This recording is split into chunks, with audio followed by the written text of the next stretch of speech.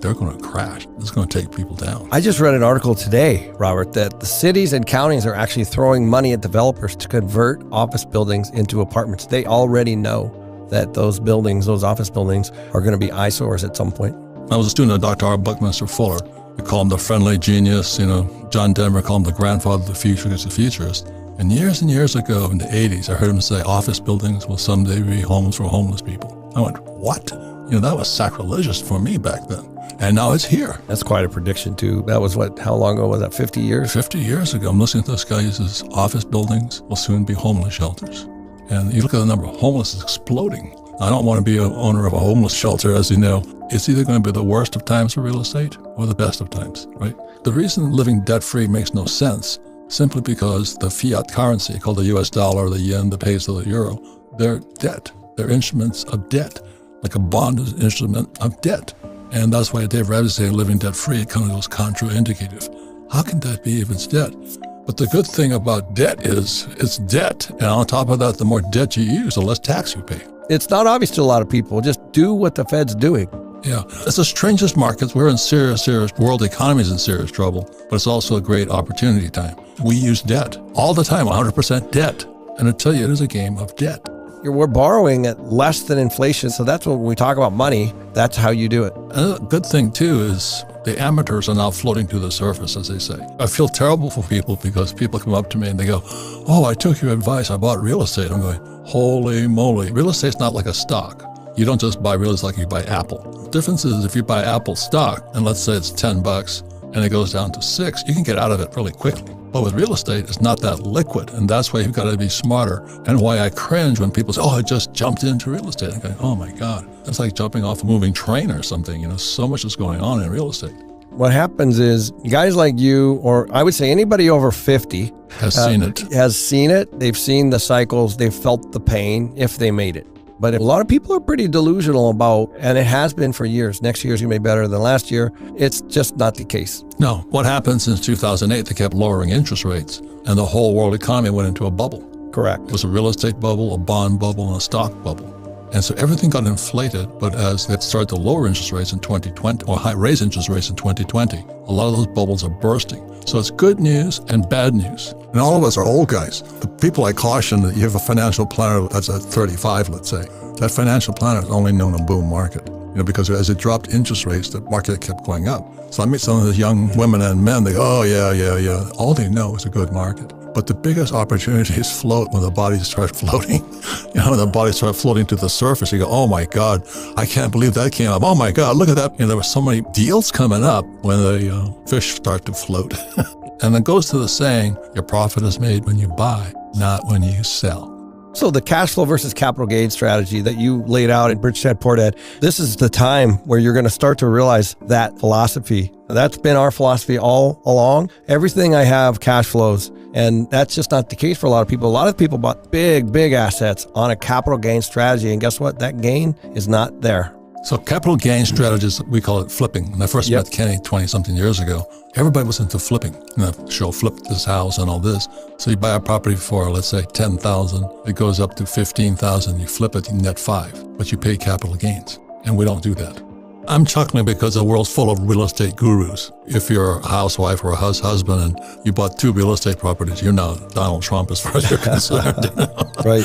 But there's some of these charlatans on YouTube. I've got into arguments with some of them. This guy says the way you get rich, just go out and buy a 200-unit apartment house. And I said, you don't start with a 200-unit apartment house. That's suicide. But that's what he was selling.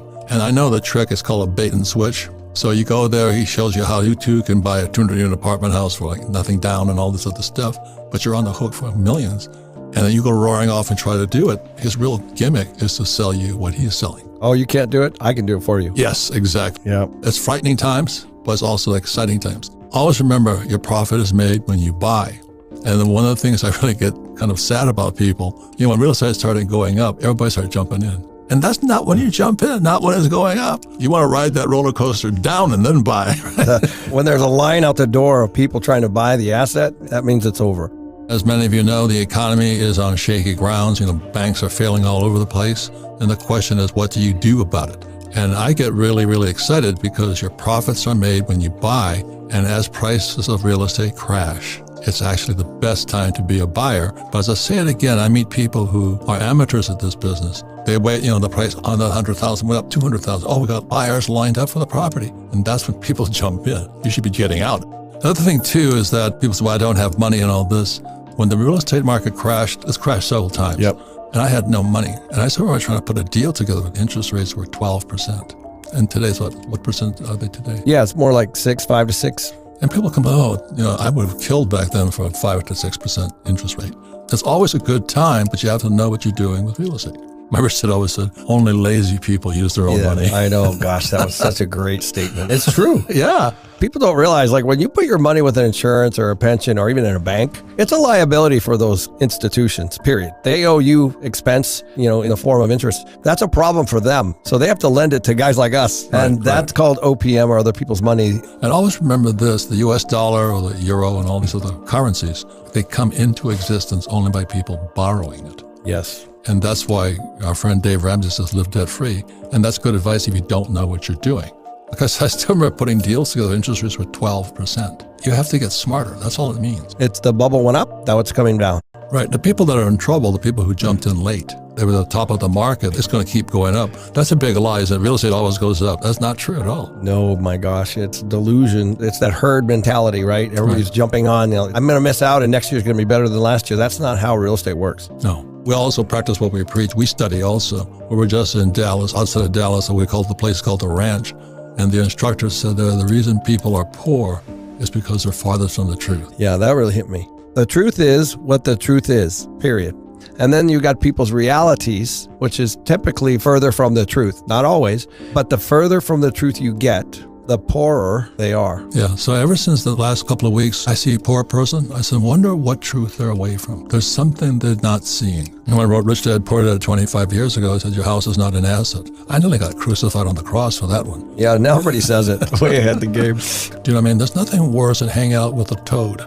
No, do you know what I mean? Like, oh, I told you real estate was bad, it crashed. Oh, I told you, I don't want to buy real estate because you have to clean toilets and all this stuff. I hear all of that stuff. But that's what we learned last week in Dallas. The poorer you are is because you're furthest from the truth. And when they tell you get out of debt, that's really not the truth. But it was interesting because remember we were down there with Dr. Nicole and she said, it's the same with health. The further you are from the truth around health, the worse condition you're in. So the truth, it's a very interesting thing, and the reality or your perspective or even your opinion can be very far away from the truth.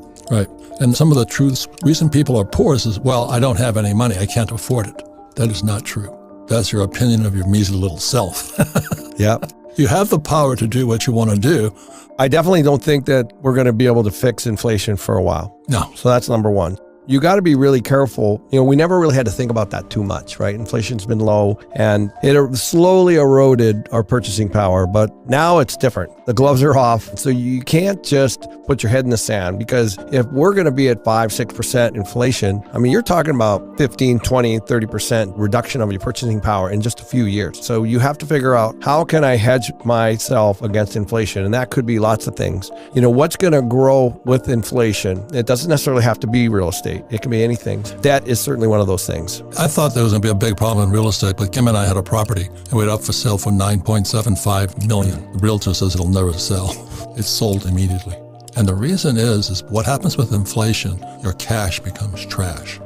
But also the reason the realtor finally said, we misjudged this market. $10 million, it's a residential property. It's a pretty nice one in Hawaii. And the reason the person bought it is they'd rather have their cash sitting in a piece of real estate than in the bank. You got it. Yep. And what does that tell you? Yeah, the farther from the truth you are, the poorer you are. And the biggest lie ever told is it takes money to make money. That is not true. Don't worry about being the skipper of the Titanic. I've been the skipper a number of times, but it's always a good swimming experience. That's how you get smarter. Right. And I won't say this much, I've never lost money in real estate. I got in trouble. But when you scramble and you do what you have to do, you get smarter and smarter and smarter. And you go, man, I'm really glad I got into this trouble because I got smarter. The reason I say that, the average person is drinking the Kool-Aid. They just go to school, get a job, save money, get out of debt, and invest in a 401k or an IRA. You don't learn anything that way. You don't learn anything. So by jumping in as an idiot investor, you get smarter pretty quickly, right, Kenny? I love Buffett's quote. He's like, when the tide goes out, you see who's swimming naked. And the tide is going out right now, my friends. And there's going to be a lot of opportunity. Yep. You can't leverage gold the same way you can leverage real estate, can you? You're brilliant, man. I use real estate as leverage to buy this. So what I do is I'll borrow, let's say, $20 million. The cash flow buys this. You're using government printed money for your own assets. Buy this. And then the income from the assets you convert into gold. Yes, this is God's money. This here is to be flushed down the toilet. And that's what they're doing with it.